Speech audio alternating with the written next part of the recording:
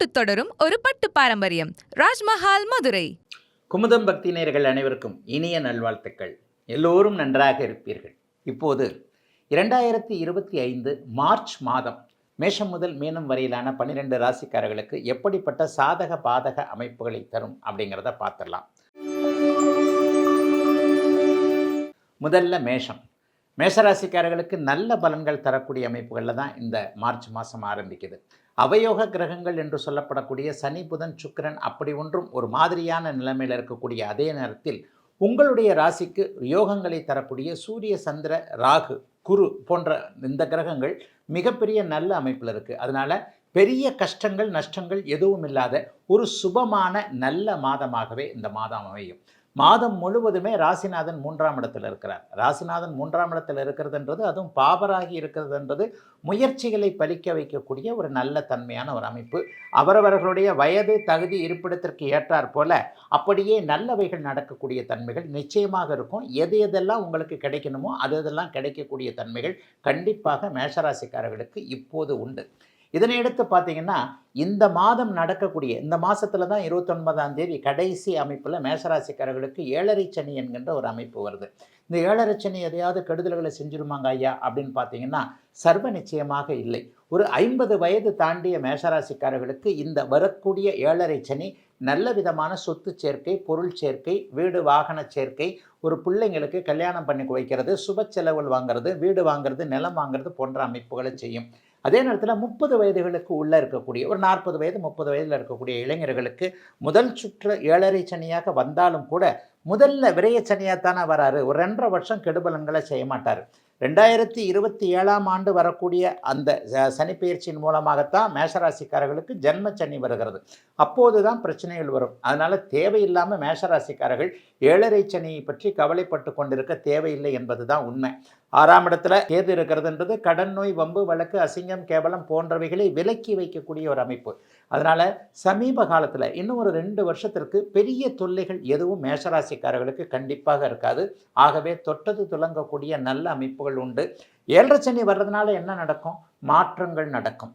ஏதாவது வேலை மாற்றங்கள், ஏதாவது தொழில் மாற்றங்கள், பணம் இன்னும் ஒரு 2 வருஷத்துக்கு சம்பாதிக்கக்கூடிய அளவிற்கான ஒரு பொருளாதார முன்னேற்றங்கள், மாற்றங்கள் போன்றவைகள் இந்த மார்ச் மாதத்திலிருந்தே அப்படியே படிப்படியாக ஆரம்பித்து விடக்கூடிய ஒரு சிறப்பான நல்ல முன்னேற்றமான அமைப்புகள் தாங்க இப்போ மேஷராசிக்காரர்களுக்கு இருக்குது. பெரிய அளவில் எதை பற்றியும் நீங்கள் கவலைப்பட தேவையில்லை. அவரவருடைய வயதிற்கேற்றாற் போல திருமண அமைப்புகள், 7.5 சனி அமைப்புகளில் தடைகள்லாம் இருக்காதுங்க. புத்திர பாக்கியத்திற்கு தடைகள் கண்டிப்பாக இருக்க போகிறது இல்லைங்க. உங்களுக்கு என்ன வேண்டுமோ அதை பரம்பொருள் கொடுக்கக்கூடிய அமைப்பு தான் இந்த மார்ச் மாதம் நடக்கும்.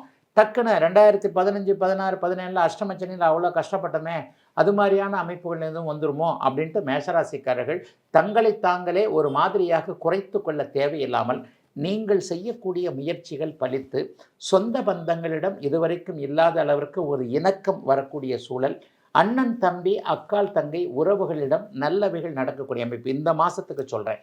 இந்த மாதிரியான நற்பலன்கள் நடக்கக்கூடிய சுப மாதமாகவே அமைந்திருக்கிறது மார்ச் மாதம் மேஷராசிக்காரர்கள் எல்லோருக்கும்.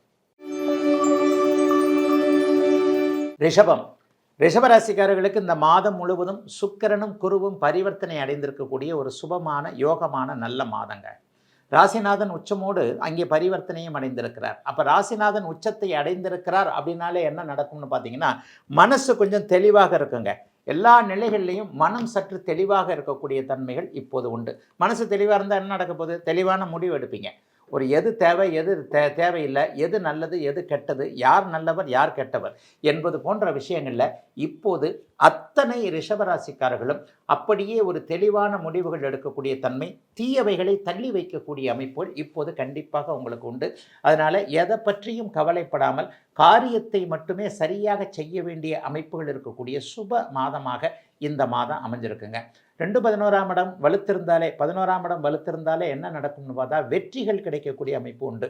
பொருளாதார ரீதியாக முன்னேற்றங்கள் இருக்கக்கூடிய அதே நேரத்தில் மிகப்பெரிய அளவில் போட்டித் தேர்வுகளில் வெற்றிகள். இன்டர்வியூக்கு போகிறீங்க, வெற்றி கிடைக்கும். அரசு வேலை சம்பந்தப்பட்ட விஷயங்கள் இது வரைக்கும் வெற்றி இல்லை, கண்டிப்பாக இப்போது வெற்றிகள் கிடைக்கக்கூடிய தன்மை என எல்லாவற்றிலும் அவங்கவுங்க வசதிக்கேற்றாற் போல வயதிற்கேற்றாற் போல வெற்றிகள் கிடைக்கக்கூடிய தன்மைகள் சர்வ நிச்சயமாக உண்டு. 7, 5, 9ஆம் பாவகங்கள் சுபத்துவத்தை அடைந்திருக்கின்ற ஒரு அமைப்பில் புள்ள பாக்கியம் இல்லாதவர்கள், குழந்தை பாக்கியம், ரொம்ப நாள் ஆச்சு கல்யாணம் ஆகி இன்னும் குழந்தை பாக்கியம் இல்லை, அவர்களுக்கெல்லாம் குழந்தை பிறக்கக்கூடிய அமைப்புகள் இப்போது வருகின்றன. ஏற்கனவே பிறந்திருக்கின்ற சிறு குழந்தைகள்கிட்ட ஏதாவது குறை இருக்குமோ அப்படிங்கிற சந்தேகம், குழந்தை பேசலை, குழந்தை நடக்கலை, குழந்தைகள்கிட்ட ஏதோ ஒரு குறை இருக்குது, குழந்தை படிப்பு சரியாக வரல, ஸ்கூலுக்கு போக மாட்டேன்றது, எப்போ பார்த்தாலும் செல்ஃபோனை பார்த்துக்கிட்டு இருக்கு, இந்த மாதிரியான அந்தந்த குழந்தைகளுடைய வயதிற்கேற்றாற் போல கவலைகளை கொண்டிருக்கக்கூடிய ரிஷபராசிக்கார மாதரசிகள், மகளிர்கள், சகோதரிகள் அனைவருக்குமே குழந்தைகளால் ஒரு சந்தோஷம் வரக்கூடிய அமைப்புகளும் இப்போது உண்டு. பெரிய அளவில் கஷ்டம்லாம் இல்லைங்க. 2ஆம் அதிபதி நீச்சத்தை அடைந்திருக்கிறார். அது எதுனா ஒரு பிரச்சனையை கொடுக்குமோ அப்படின்னு பார்த்தா கூட அவர் 11ஆம் இடத்துல தான் நீச்சபங்கமாக இருக்கிறார். ஆக அந்நிய இன மத மொழி பேசுகின்றவர்களின் மூலமாக, நண்பர்களின் மூலமாக, அல்லது தொழில் பங்குதாரர்கள்னு சொல்கிறோம் இல்லையா, இவங்க மூலமாக நல்லவைகள் நடக்கக்கூடிய பொருளாதார வரவு வரக்கூடிய அமைப்பும் இந்த மார்ச் மாதத்தில் யாராவது பெரும்பாலான அத்தனை ரிஷபராசிக்காரர்களுக்கும் இருக்கிறது. வெளிநாடு, வெளிமாநிலம், குறிப்பாக அரபு நாடுகளிலிருந்து பணம் வரும், நல்ல செய்திகள் வரும். ஆக எல்லா நிலைமைகள்லையுமே ரிஷபராசிக்காரர்களுக்கு சாதகமான தன்மைகள் 80% கண்டிப்பாக நடக்கும். வாழ்க்கையில் ராசிபலன் சொல்கிறது எல்லாமே நல்லதாக நடந்துருதான்னு பார்த்தா, ராசிபலன் என்பது பொதுவான ஒன்று தான். பொதுவாக எதையும் பாதிக்கப்பட மாட்டீங்க.